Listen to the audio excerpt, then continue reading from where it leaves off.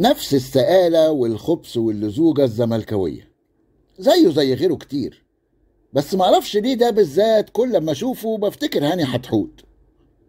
نفس السهوكة والتلون، تحسه مفقوس في نفسه كده، ريحته طالعة، الخطين مرسومين على قورته من غير ما يقول حاجة.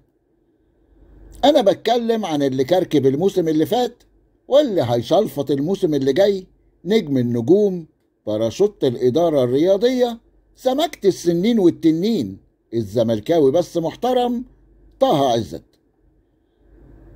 تخيلوا انتوا بقى حوار تلفزيوني ما بين كابتن على مسافة واحدة من الجميع والزملكاوي بس محترم طه عزت، عشان بس تعرفوا حجم المعاناة والزهق والملل اللي عشتهم، عشان بس ننتبه لألاعيب الموسم اللي جاي. أولا، طه عزت عشان يشرح لنا المجهود الجبار اللي بذله في تعديل لائحة السنة اللي فاتت بإنه حذف كلمة التحكيمية. اللائحة السنة اللي فاتت في المادة 63 كانت بتدي الرابطة سلطة عدم الطعن على قراراتها أمام الجهات القضائية والتحكيمية.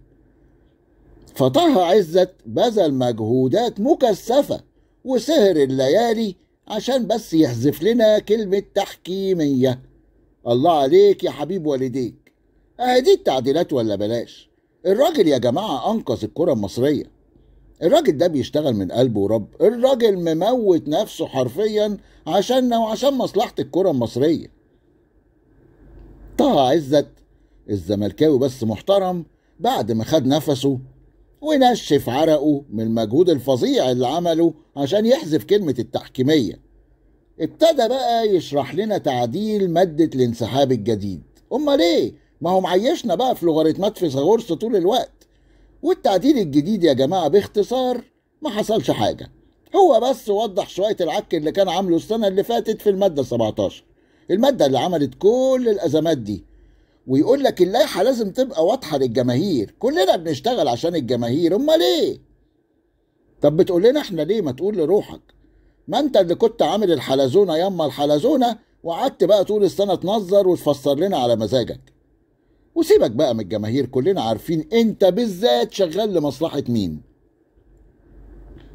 طه عزت الزملكاوي بس محترم ما هنش عليه الحوار يعدي من غير ما يرزع واحدة من اللي بتدغدغ مشاعر جماهير الصفوة وتقوي أواصر الشطشطة والحرقان وتطول في عمره على الكرسي وتديله كمان أمال في كرسي أعلى.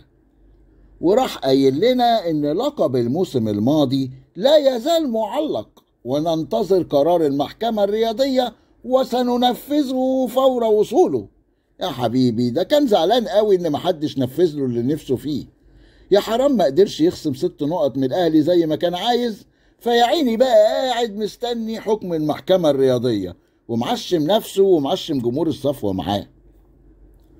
معلوماتي ان الرابطة اعلنت رسميا ان الاهلي بطل الدوري. لو انت ليك رأي مخالف لمجلس ادارة الرابطة كالمعتاد او ليك شوق في حاجة تانية عادي برضو مفيش مشاكل يعني، بس مشاكلك النفسية دي تحلها معاهم في الرابطة، مش على الهوا ومش في قناة الدولة الرسمية. يا ريت ولو انه صعب. عايزين الرابطة توضح لنا لغز ليه طه عزت الزملكاوي بس محترم مكمل معانا السنة دي وابتدى ياخد كمان مساحات إعلامية أكبر، رغم إنه بيشتغل ضد الرابطة وضد مصلحة الكورة وضد الأهلي، ورغم كل المصايب اللي عملها السنة اللي فاتت. واضح إن متوصي عليه جامد ومطول معانا. متشكرين قوي يا أشرف على الهدية الحلوة دي، ولسه الزملكة ياما هتحدف، ده باين له هيبقى مرار طافح، ناس ما عندهاش دم.